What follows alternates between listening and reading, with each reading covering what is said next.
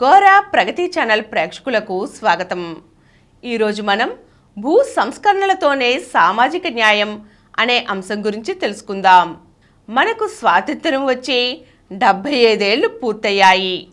అయినప్పటికీ నేడు మన దేశంలో అత్యధిక మంది ప్రజానికానికి కనీసం సెంటు భూమి కూడా లేదు.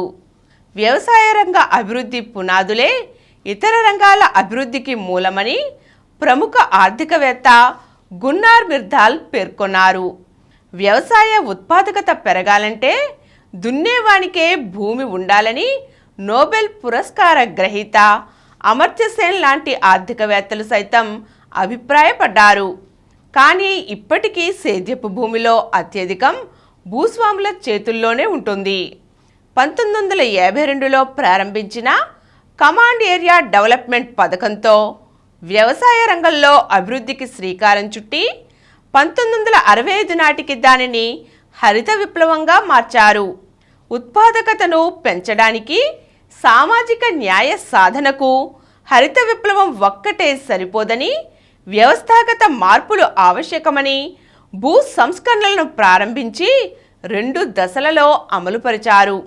భూ సంస్కరణల చట్టాలను 1948-53 మధ్య దాదాపు అన్ని రాష్ట్రాలు అమలు జరిపాయి. కానీ చట్టంలో లొసుగులు, పాలకుల చిత్తశుద్ధి లోపం తదితర అనేక కారణాల వల్ల భూ సంస్కరణల అమలులో రాష్ట్రాల మధ్య తీవ్ర అంతరాలు ఏర్పడి అవి విఫలమయ్యాయి. గ్రామీణ ప్రాంతాలలో వచ్చిన అశాంతి, 1969లో వచ్చిన నక్సల్బరీ ఉద్యమం కారణంగా భూ సంస్కరణల 2వ దశ చట్టాలు 1970లో అమలు జరిపారు. అయితే ఇప్పటి వరకు పంచింది ఈ దేశంలో 65.5 లక్షల ఎకరాలు మాత్రమే. భారీ పరిశ్రమల వ్యూహం కారణంగా రుణభారం పెరిగి 1990 కల్లా అప్పులు పుట్టని స్థితి వచ్చింది. ఈ నేపథ్యంలో సంస్థాగత సర్దుబాటు పద్దు కింద IMF నుండి అప్పు తేవడంతో మిశ్రమ ఆర్థిక వ్యవస్థ కాస్త ప్రైవేటీకరణ వైపు మళ్ళింది. ప్రపంచీకరణలో భాగస్వాములం అయ్యాం.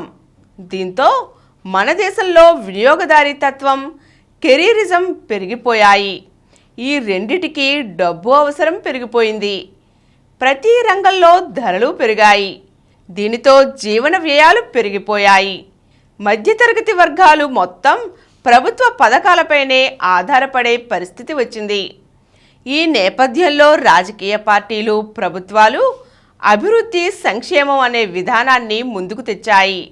అభివృద్ధిలో వ్యవసాయం కీలకమని 7 దశాబ్దాల తరువాత గ్రహించారు.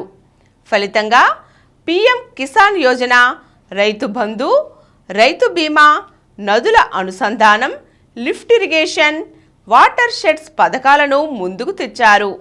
ఇది కొంతవరకు సమంజసమే, సంతోషమే.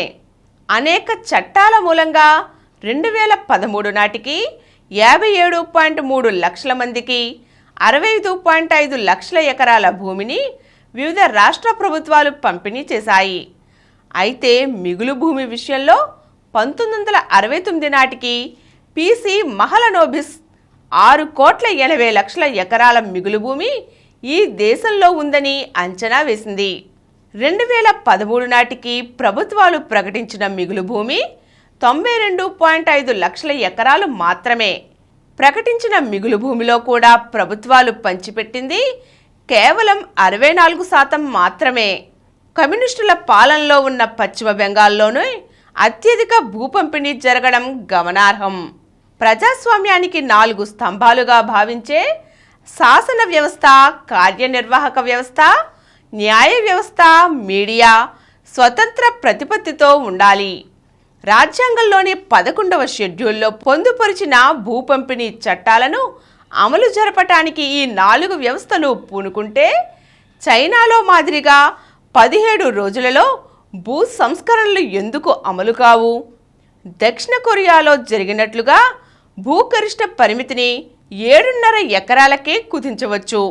దీనిని మన ప్రజాప్రతినిధులు ఆలోచించాలి. ఎన్నికలు సమీపిస్తున్న ఈ తరుణంలో రాజకీయ పార్టీలు తమ మేనిఫెస్టోలలో భూ పంపిణీ చట్టాలపై హామీ ఇవ్వాలి. సామాజిక న్యాయ సాధనకు సమరశీల పోరాటాలే ఏకైక మార్గమని చైతన్యవంతులైన ప్రజలు గ్రహించాలి. ఈరోజు మనం భూ సంస్కరణలతోనే సామాజిక న్యాయం ఎలా సాధ్యపడుతుందో తెలుసుకున్నాం కదా. మరో చక్కని అంశంతో మళ్ళీ కలుద్దాం.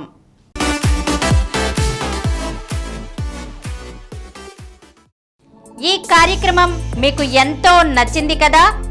ఇటువంటి మరిన్ని వీడియోల కోసం అనతి కాలంలోనే 20 కోట్ల వ్యూస్కు చేరువలో ఉన్న డాక్టర్ సమరం మల్టీ ఛానల్ నెట్వర్క్ సమర్పించు గోరా ప్రగతి ఛానల్కు సబ్స్క్రైబ్ చేయండి, లైక్ చేయండి, మీ ఫ్రెండ్స్కి షేర్ చేయండి. అలాగే ప్రక్కనున్న గంట సింబల్ని ప్రెస్ చేయడం మర్చిపోకండి. Please download Samaram multi-channel app and watch your favorite channels from your mobile. App available on Google Play Store and subscribe to the channels.